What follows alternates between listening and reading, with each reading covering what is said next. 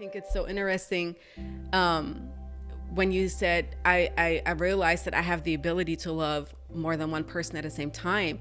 It like is this, to me, the way I just took it in is like this ultimate way of I have the ability to hold all of this. It's I'm not caught up in like binary thinking or binary Right. feeling in that way.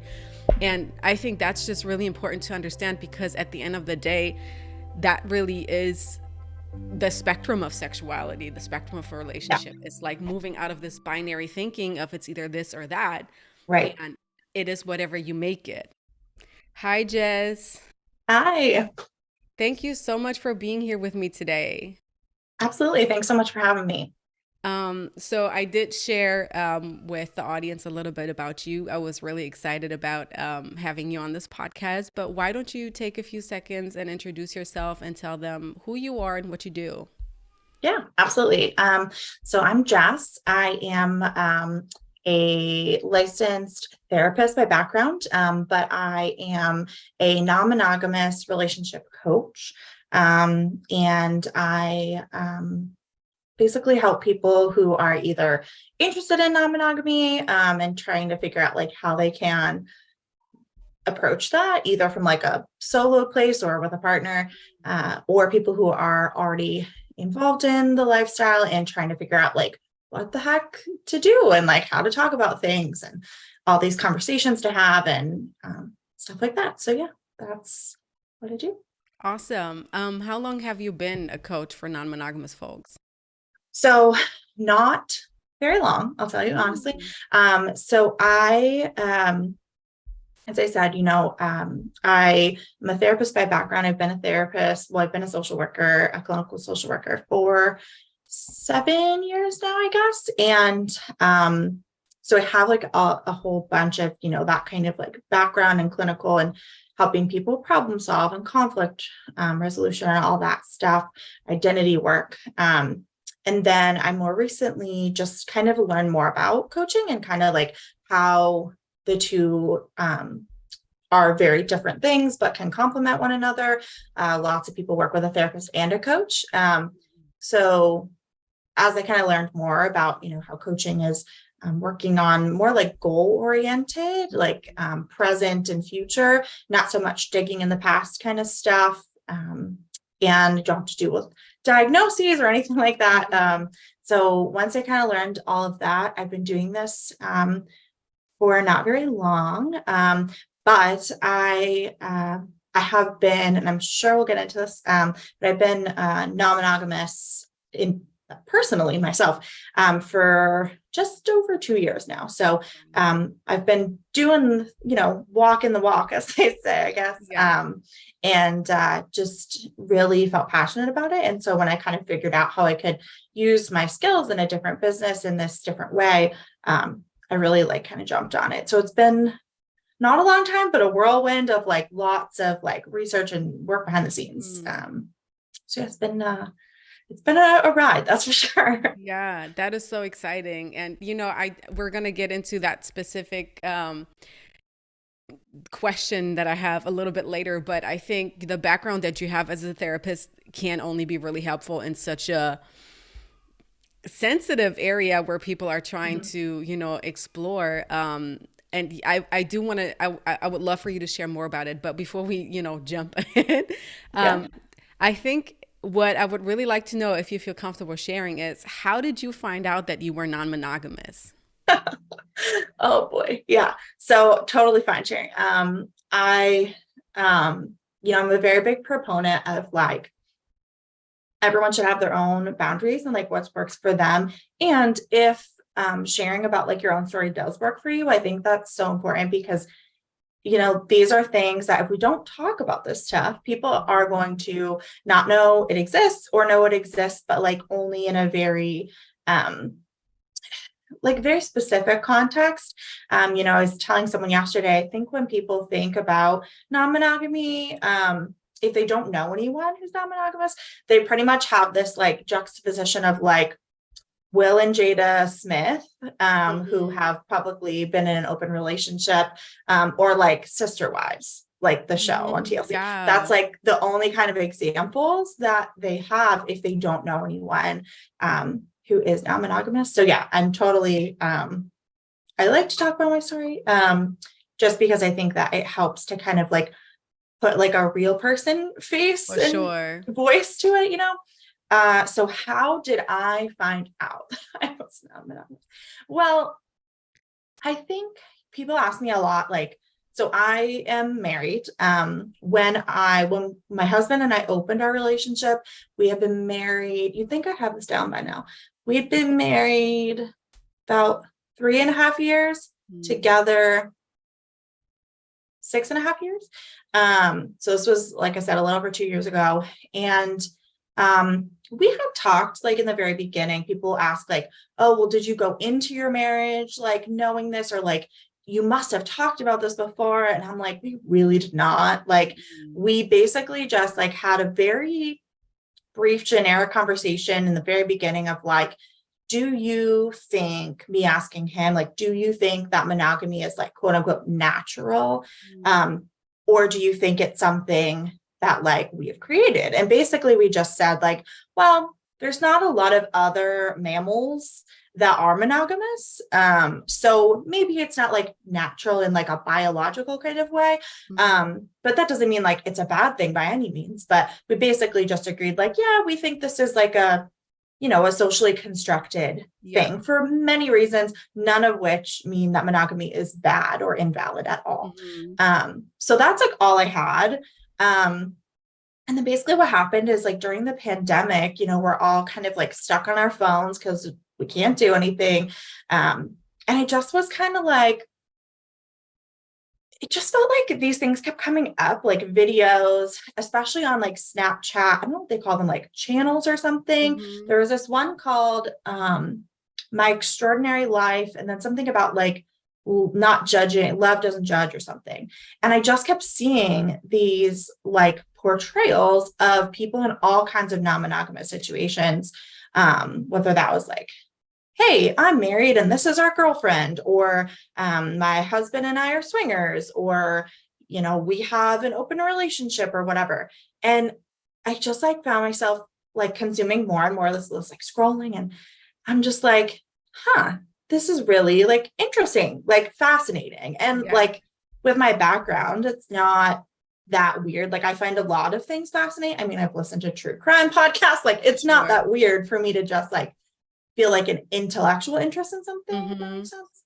But the more I read and listened and saw things and started like thinking about like, well, what was like high school Jess like, or what was like college Jess like, and what did my relationships look like, and what maybe would they have looked like if I had felt like there were other options for me. And I started realizing, and by no means is this like a one size fits all. I think that's a beautiful thing about non-monogamy, is that there's so many different types. But for me, it just felt like, I was that girl who in high school, like would have a boyfriend for like, I don't know, 6 months, a year, like a while, not like a couple of weeks, and then like break up and 3 days later start like be someone else's girlfriend. Wow. And as a teenager, of course, teenagers for sure say things. I often got this like, well, how can you have cared about that last guy if you're already with this guy? Or you must have led him on, or you were just dragging him until you could find your next guy, right? Wow. And this was like a repeated, like funny joke, even through college, to the point where my junior year of college was the first like full school year that I had been single since probably I was 14 or 15. And, my friends like thought it was funny. It was a joke, whatever. But like thinking back now, I realized that that's just because I had the ability to have feelings for more than one person at a time. It's not like I would be in this relationship with guy A and break up and be devastated and all of that and not feel like I could start another relationship. But I did still go through all that stuff. I was devastated. I would cry. I would think about how like I'm never going to talk to him again, or whatever it looked like.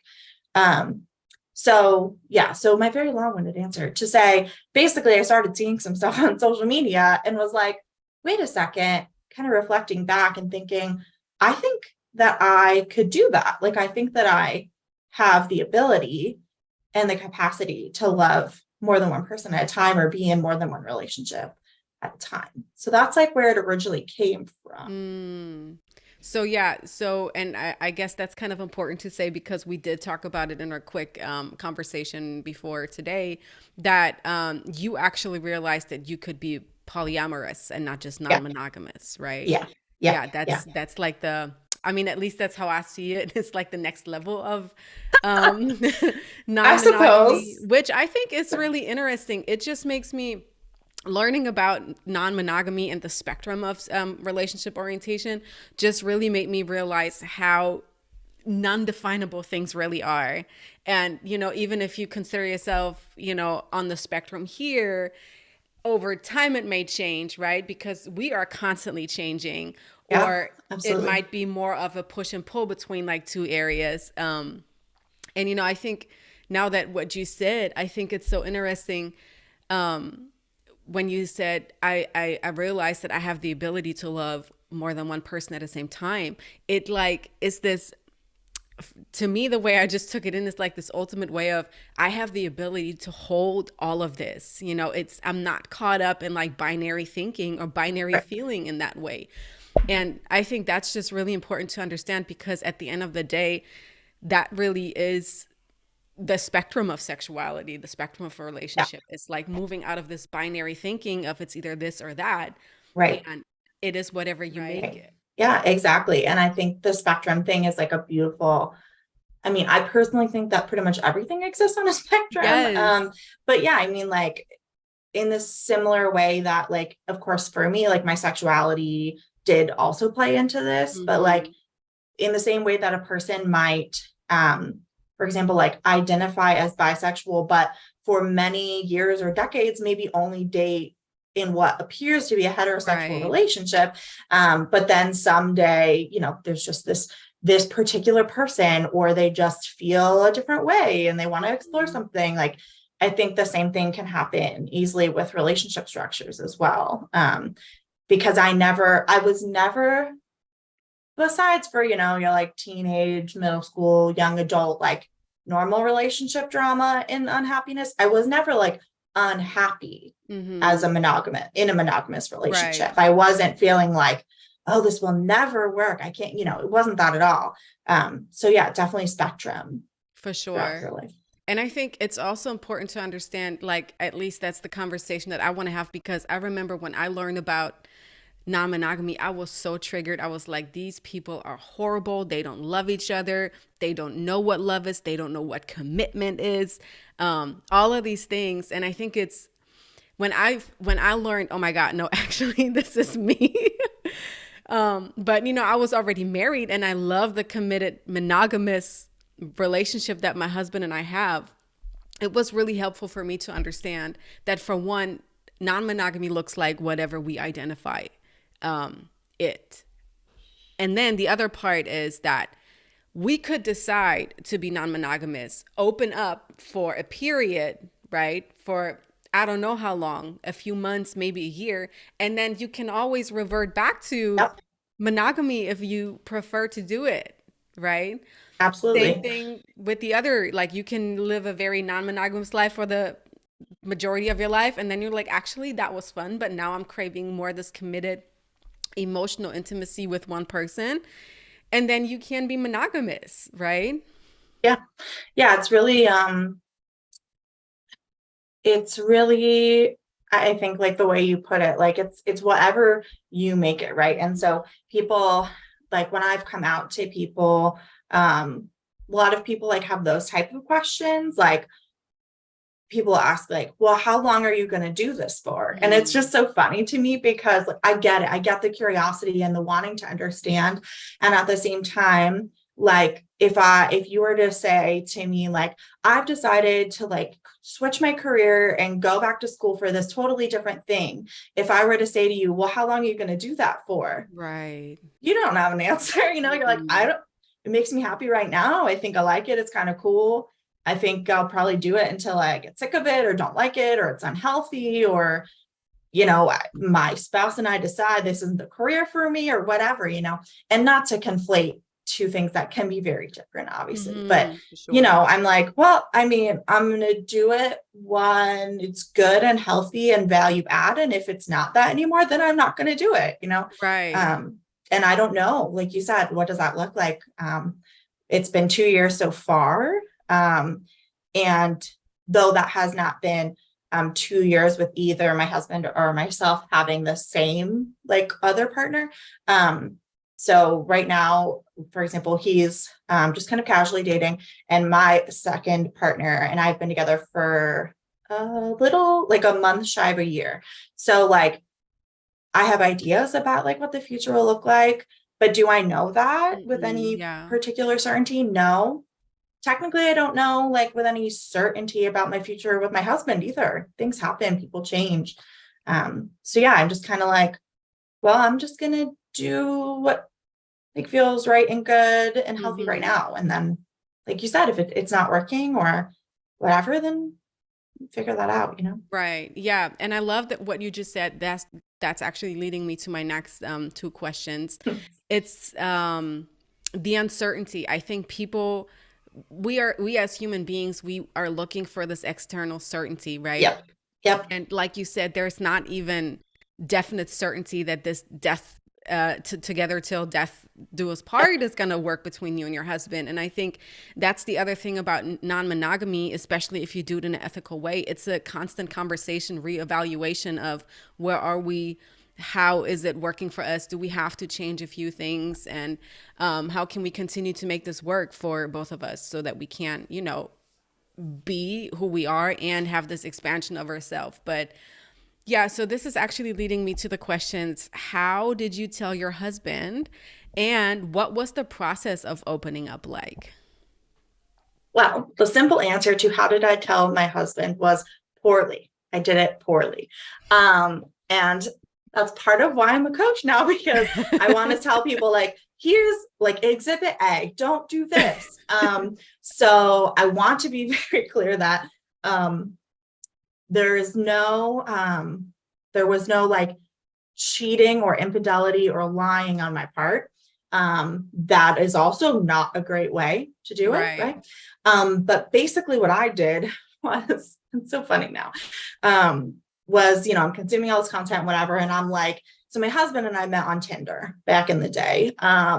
And so I'm like, okay, like how would one do this? I guess you would join dating apps and just like really put yourself out there, like beyond what you typically do, right? And say right there in your bio something like, I'm non-monogamous, or hey, I'm married, wanted to like something weird like that. Yeah. And so I basically was like, I don't know how to tell him this, so I'm gonna see what this would feel like. So I think I downloaded Bumble. I made a profile. I did not put any pictures. I did not publish it. Like no one could find my profile. I just was like, let's see what this feels like to do this. So I Mm. just like put like an inspirational quote and like wrote like, I'm married and exploring non-monogamy, not sure what I want yet, blah, blah, blah. And basically just called him upstairs and was like, hey, look at this. And he was like, huh? Oh, this poor man. Oh He was my just like, God. what is going on? And I was like, okay, so I told you I've been reading some stuff. Yeah, so this is what I've been reading. And yeah, like, what do you think? And he was like, I think what's happening? Like, Oh my did God. you? And then I explained, like I have not like published this profile. I haven't put my location. No one can see this. I didn't know how else to bring this up to you.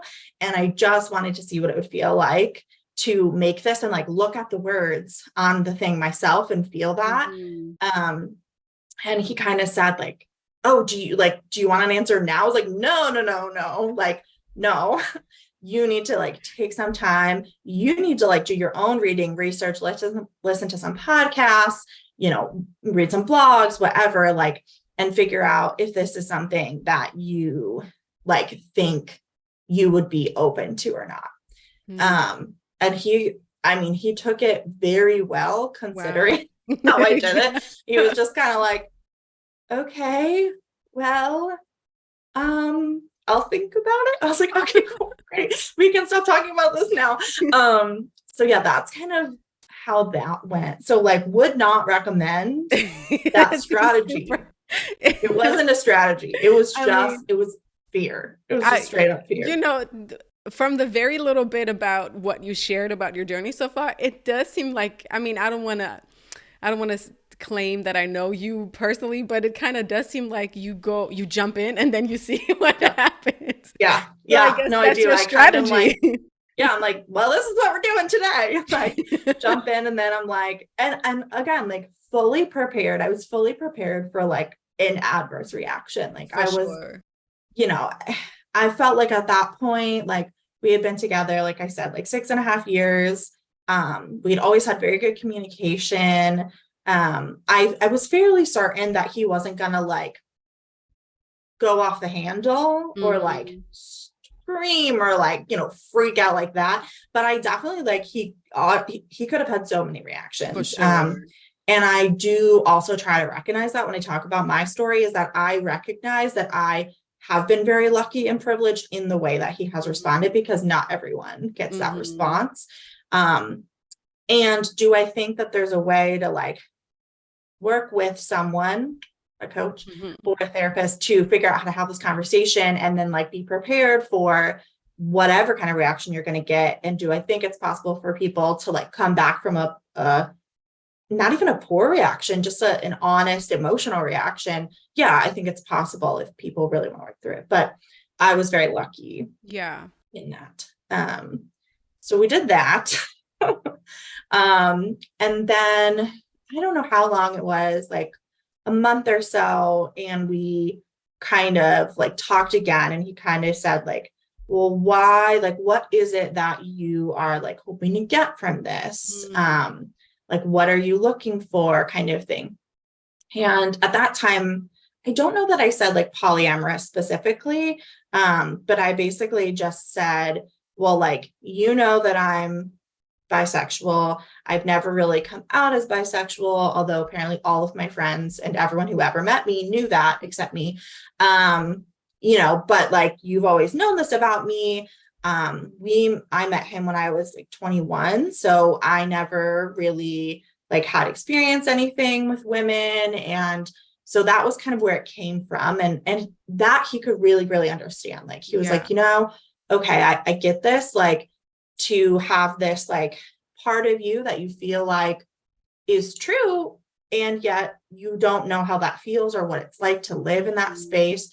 I can understand that. And so basically from there we went, and my cousin was getting married, and we had a long long car drive, and basically I just took a notebook and a pen, and we just wrote down like anything that we could come up with about how we were feeling about this, like in terms of like relationship agreements or boundaries, or like I, like my husband, I would feel really uncomfortable with this Yeah. situation or scenario or this type of person or what have you. So I just kind of like wrote down everything, and was like, we wrote down like, our intention in doing this is dot dot dot bunch of things. Our Mm. intention is not dot dot dot bunch of things. So like our intention is not to replace one another. Our Yeah. intention is not to find something in someone that we're missing in each other. There's nothing wrong. There's nothing missing.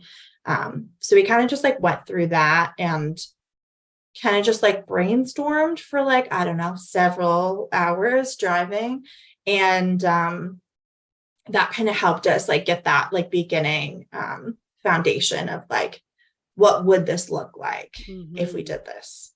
Um, and then when we got back, I got on some dating apps and was only had all my settings turned to some apps are more have appropriate options for people's gender identity, and some don't. Hmm. So I would Yeah. put, at first I was just putting like cisgender women, and then I would put like trans women and trans feminine, and all these things, and kind of dated several women for a while, Mm. um, until about this time last year. And all of a sudden I said to my husband, how would you, I'm just throwing it out there. How would you feel if I wanted to potentially date a guy? And he was like, what? Mm.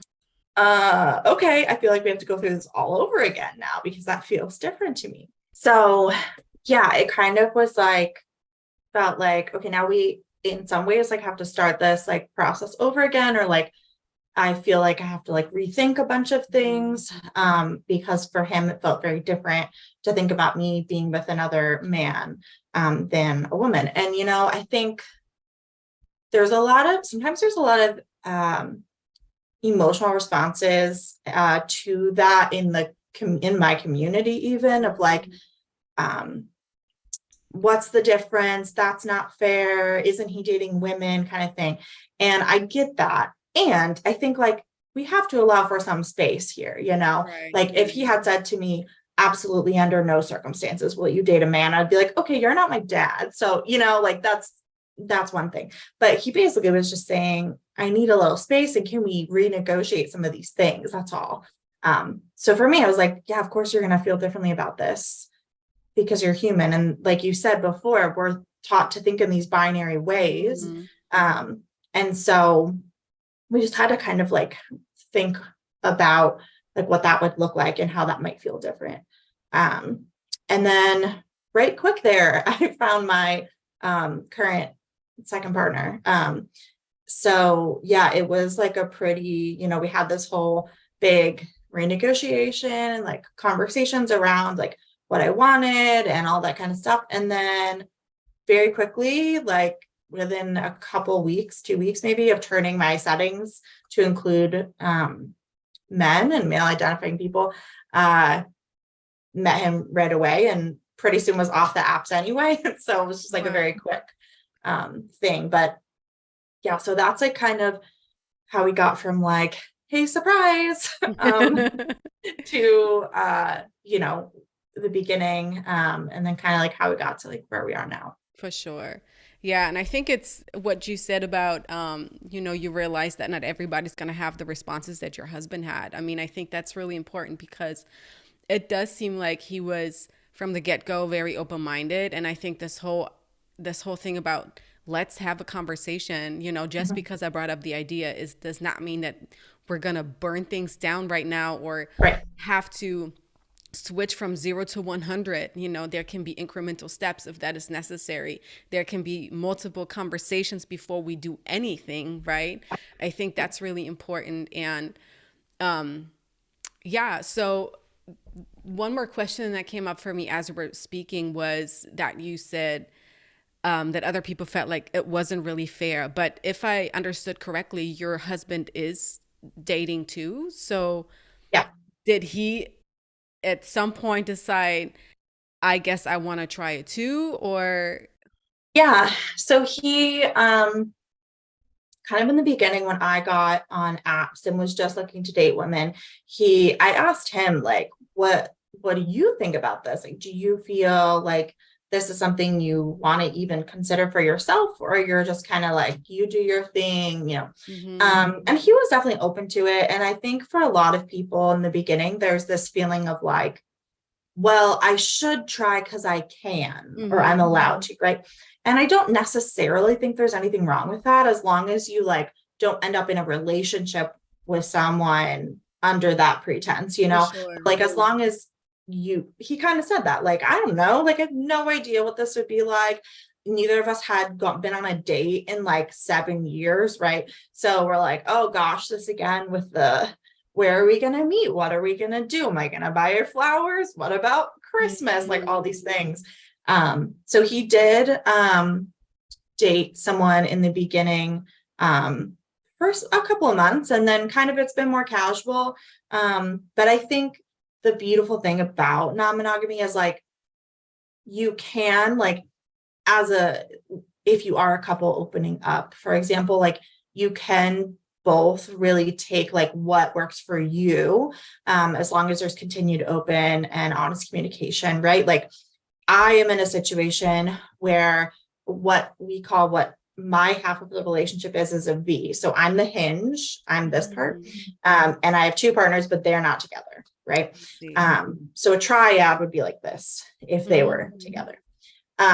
So that is like what it looks like on my half of the relationship. His half is been more casual, and like he just really likes like going to new restaurants, especially ones that I may not have any interest in going to, or he loves the beach, loves it. I think sand is like the worst thing ever created. I hate it. It gets everywhere. I can't stand it.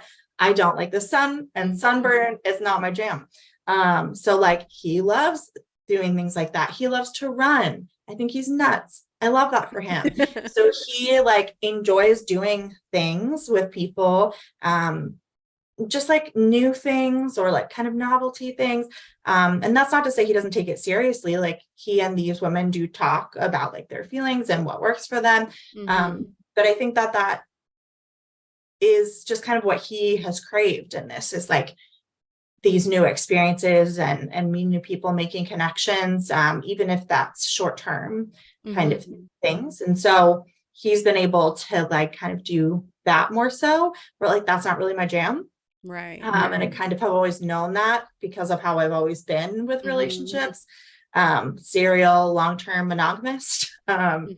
So yeah, he is also dating. Yeah. And he kind of does what works for him, and I do what works for me. And yeah, really interesting what you just said, because it honestly just bing in my head about, your husband is a really good example, I think, about that you can actually use this whole idea of non-monogamy to not necessarily make it about sex or sex first. Not saying that that's not what he does, but yeah, literally you can find some people that you can have exciting dates with, or experiences that he enjoys that you don't, because even including myself, I have made it primarily around sex when it comes to, okay, there's a lot of things sexually that my husband and I agree on that we both find very exciting, and then there's things where he's like, absolutely not ever, where I'm like, okay, this is where non-monogamy would come in handy for me if we ever decided to open our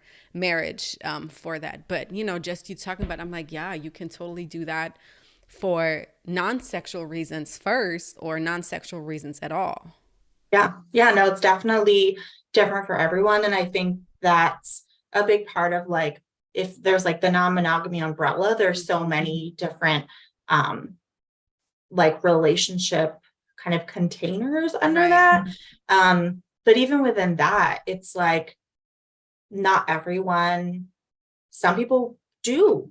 I'll say just, but that's not the right word. Like for some people, it is primarily about sex. If they're say swingers, or sometimes people use the word open relationship as like an umbrella. And sometimes people use that term to indicate that they're open to having sexual relationships with other people, but not like emotional, romantic partnership.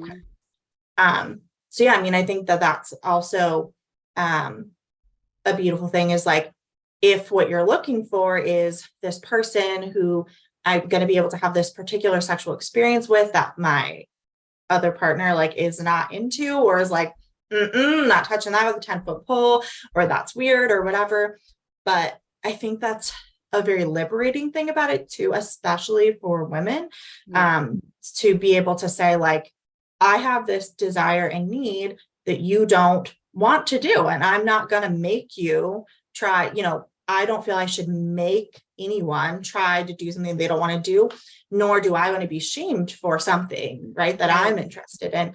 And so that's one whole side of this, right, is like all of those kind of experiences that you can have. And there's the other piece. I mean, there are people who are asexual who are polyamorous because they experience romantic attraction and they want companionship and partnership, but they're not interested in sex. So yeah, it really, I think it's, he has running buddies, he has, and they kind of fluctuate on this like spectrum of like platonic to romantic, and he just kind of negotiates that with them and like figure out where they kind of fall there. And as long as they're happy with where they're at, who am I to, he can do his thing. Right. Yeah. Wow, that is such a great story. I really love the examples that you guys display and portray as what that really can look like. I mean, your individual desires and then how you bring it back into the commitment that you have with one another. Yeah. And yeah, I have a few more questions, but Yeah. Yeah. I do want to emphasize that, even within whatever the non-monogamy looks like, I think, and that was really important for me to understand too, is you can decide to, both parties can decide to actually have their own relationships, have their own sex life, and not talk about it within the container of Sure. their marriage. Or Mhm. they can decide to share parts of it, or they can Yep. decide to share all of it, So Mhm. even that can like really vary on what that looks like. And if you don't mind me asking, I'd be curious, what are some boundaries that you and your husband have on, for one, how you protect what you two have, but Mhm. also where you are like, this is what we feel comfortable sharing with, and this is what we don't want. Yeah. So, again, another spectrum, right? So it goes everywhere from like what you're describing as basically don't ask, don't tell. And some people do have that kind of arrangement where they're like, I don't want to know anything. I don't want to talk about it. I am aware that it exists and consenting to it. But I don't want to know. That I'm not going to say that's a bad thing. It just would not work for me Hmm. personally. We have communicated too much in our relation. I don't think we could do it, honestly. I think, Right. so for us, in terms of like what we're comfortable with and stuff, it's been very, we kind of talk about things within our marriage, or like for me, things about my husband that maybe don't have to do with like us, but like are personal to him. Um, like here's a category, like a bubble of things that I would prefer you not to share with other people, Jess, and like, life experiences, family stuff, whatever that is. And so we kind of have an understanding around like, no matter how close you might be to a person, I don't want these things shared about me Mm. without like me being there. At this point, with the partner that I have, in addition to my husband, I mean, they're friends. We've all hung out, the three of us, in several like different capacities. So there are times where he'll share with him about I himself, right? see. But it's not for me to say. Um, so kind of have like this understanding of like, these are things that I prefer you didn't tell other people without me there, right? Hmm. So it's like that boundary. And then there's also like, we also have had conversations around like when he and I, my husband, are, let's say, arguing or like not having a great day or whatever, that happens to everyone. No person that we're going to date should be expecting that like we're perfect all the time, right? But we've had conversations around like, okay, it's okay to let someone know like, I'm kind of having an off day. I had an argument with my husband this morning, Hmm. but not to like maybe go into detail about like what exactly that Right. is. So that the other person can support us in that and say, I'm here. I get that. Everyone has arguments. I'm sure it'll be okay. Let me know if I can do anything for you, right? Without like kind of divulging those like For little sure. things.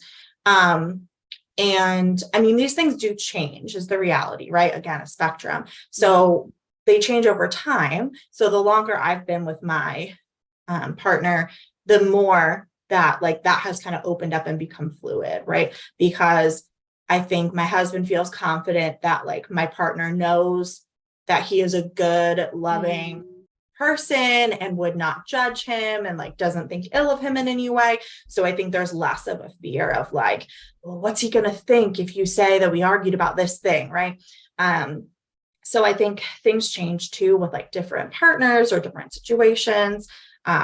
Or if people have like a similar life experience to something, then maybe Hmm. they are comfortable For with sure. sharing that thing. Yeah. Um, so those are kind of like around those kind of things. And then I do, so in my like dynamic, I do the same with my other partner. So like he and I discuss like, what things are okay and not okay to share with my Mhm. husband.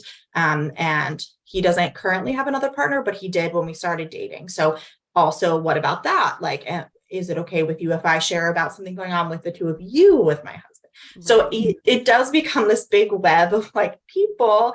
But I think it's all just about, honesty and transparency and saying, Yeah. hey, I'm struggling with XYZ because this is going on with you.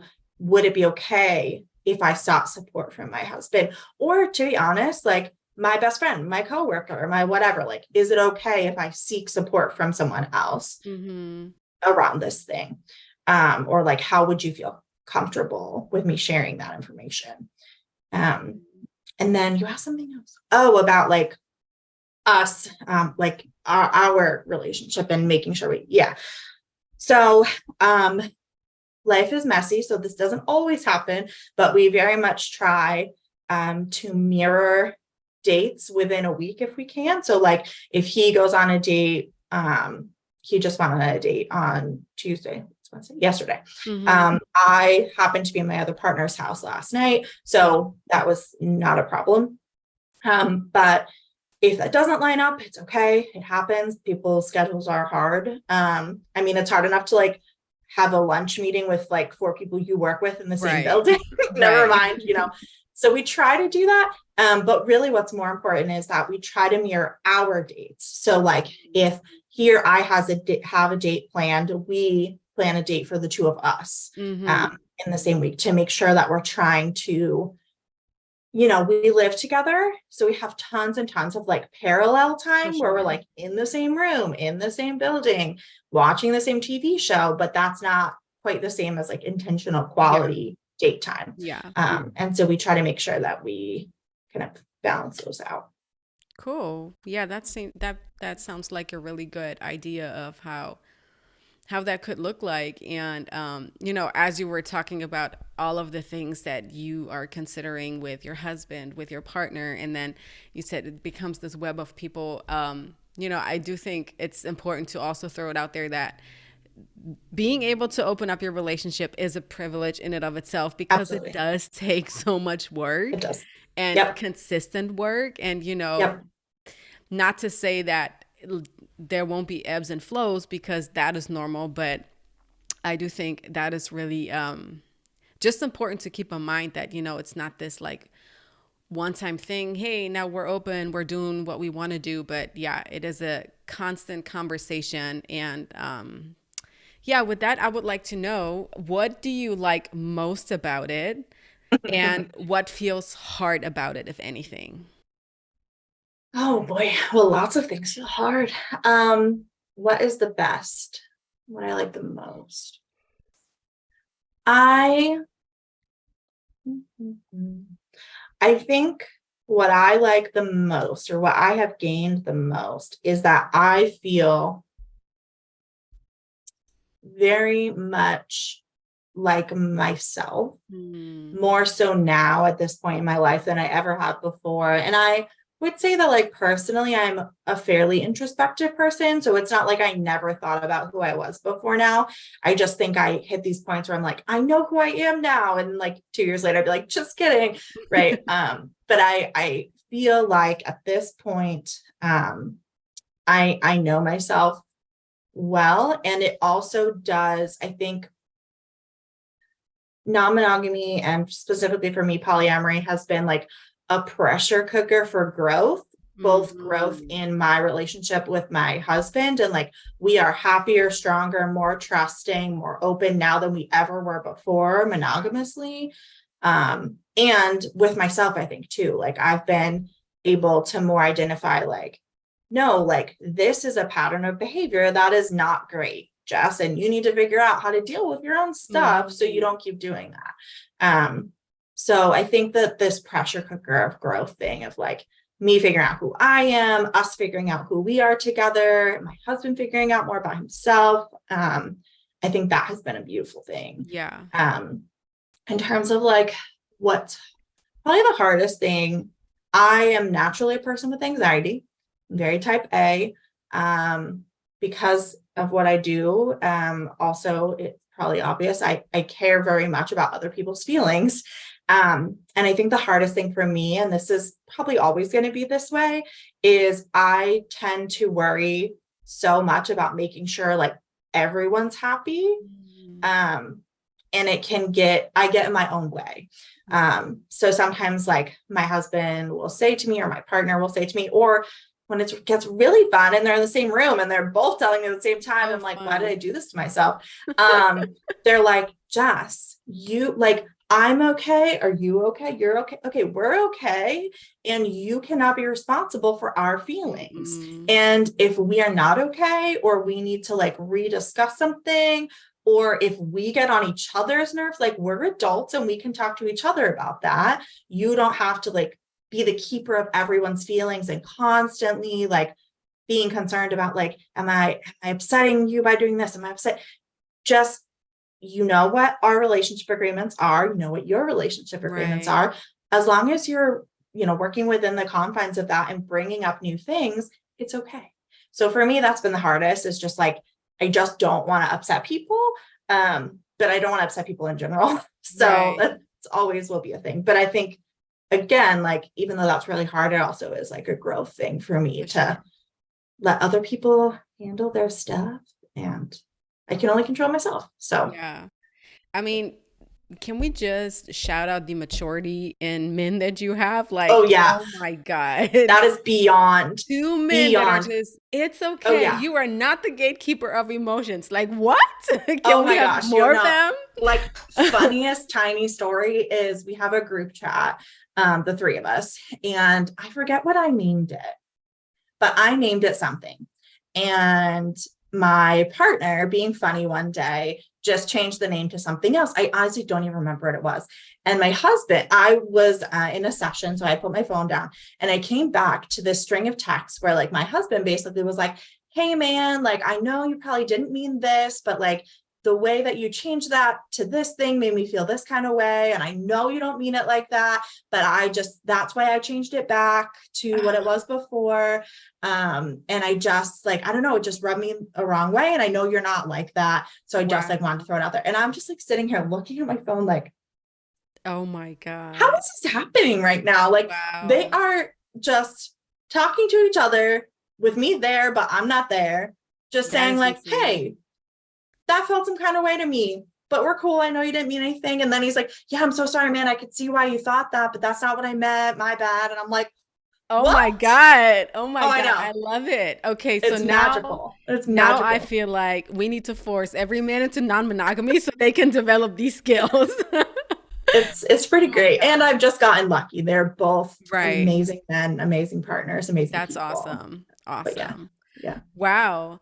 Um, yeah, I'm really touched by your story and the example that you're setting for, what marriage can look like, but just to highlight it, what it really means to be true to yourself and you know, to really be in alignment with that, with, who you really are at your core, and knowing that you have a right and there is space for you to really express your authentic self. And I do think women especially struggle when it comes to their sexual expression. And it doesn't even have to go so far as monogamy, non-monogamy. It can literally be within the confines of their own relationship, where women, I mean, I know a lot of women who primarily host sex with their bodies, right? They don't really have sex, or they don't really do Yes. things that they enjoy, or feel like they can't express it, and all of this intimidation thing. But yeah, I'm loving this, and I'm so glad that you are sharing your story here with me today, but also just with the world. And I do have one more question, if that's okay. Yeah, sure.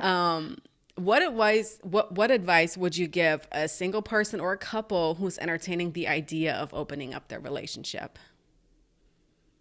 Buckle up. Just kidding. I would say, um, yeah, keep your hands and feet inside the ride at all times. No, I think I would say like for really like two main things. So the first thing I would say is like whether it's an individual, solo, or a couple, to kind of like do some like inner reflection or like together reflection of like why am I interested in doing this? What am I looking to get out of it? Not necessarily, more so like the what am I looking to get out of it than the what do I want to do. I think a lot of times it's very easy to focus on like, well, I want to be in a relationship dynamic that looks like X, right? Like I want us to date as a couple and find a woman who blah, blah, blah, right? And those are preferences and totally valid, and you can totally get there. I just think that from the starting block, if you really have this like why underneath, then I think that that helps like lead your decision making in terms of like, we're okay with this, we're not so cool with that. So like your why rather than like what exactly. And there was something else super like insightful I was gonna say. Oh, it's I have to make myself laugh. Is that it is hard in that you are going to spend so much time and energy deprogramming what you have been taught your whole life. Right. Most likely, if you're like the majority of us, right? And so there's going to be times where you're like, I said I was cool with you doing XYZ, but then you did XYZ and you came home and I feel some kind of way. I feel anxious. I feel angry. I feel fearful. And that doesn't mean that you can't do this or that it can't work or you're doing anything wrong. It's just so much stuff that's like plugged into us and fed into us and societally programmed for so many years. So I think that one reminder, I think for a lot of times that I get stuck in it, if I can remind myself, like, does this have anything to do with what societal messages I may have gotten before now? Oh yeah, probably like 85% of the time, at least it does.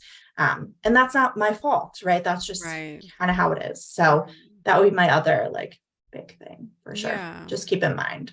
Totally. That makes so much sense. And I think that's why it's good that there's people like you who help other people navigate these things and create this container, the safe container where people can explore the idea of opening up and expansion. And yeah, if people want to do that, how can they stay in touch with you? How can they get a Yeah. hold of you? For sure. So probably the easiest way is social media, as is everything nowadays. So I have a Facebook group called Non-Monogamous Newbies. It is the only one by that name. So if you look up Non-Monogamous Newbies, you'll find my picture, my name. And then on Instagram, it's the same. The handle is non-monogamous_newbies.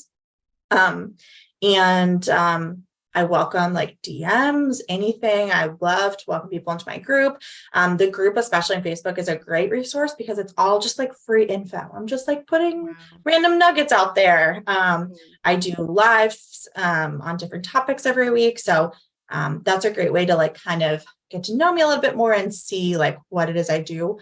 And then from there, work on if people are interested in like delving into more in the coaching realm, we can do that too. But I think getting in there on Facebook and or Instagram is like a really good first step. Awesome. That's good to know. I'll make sure to include that in the show notes so people have access to it. Okay. Well, Jess, thank you so much for being here today, for sharing all that you have shared. I feel really, really inspired by your story. I feel more seen in my own journey of like owning that piece about me, and then just learning about different relationship structures that are out there. I'm sure there's going to be a time where I would love to have you back on the podcast, talk about something else related to relationships. But yeah, thank you so much for being here. It was one hell of a conversation. And yeah. Absolutely. Thanks so much for having me. Appreciate it.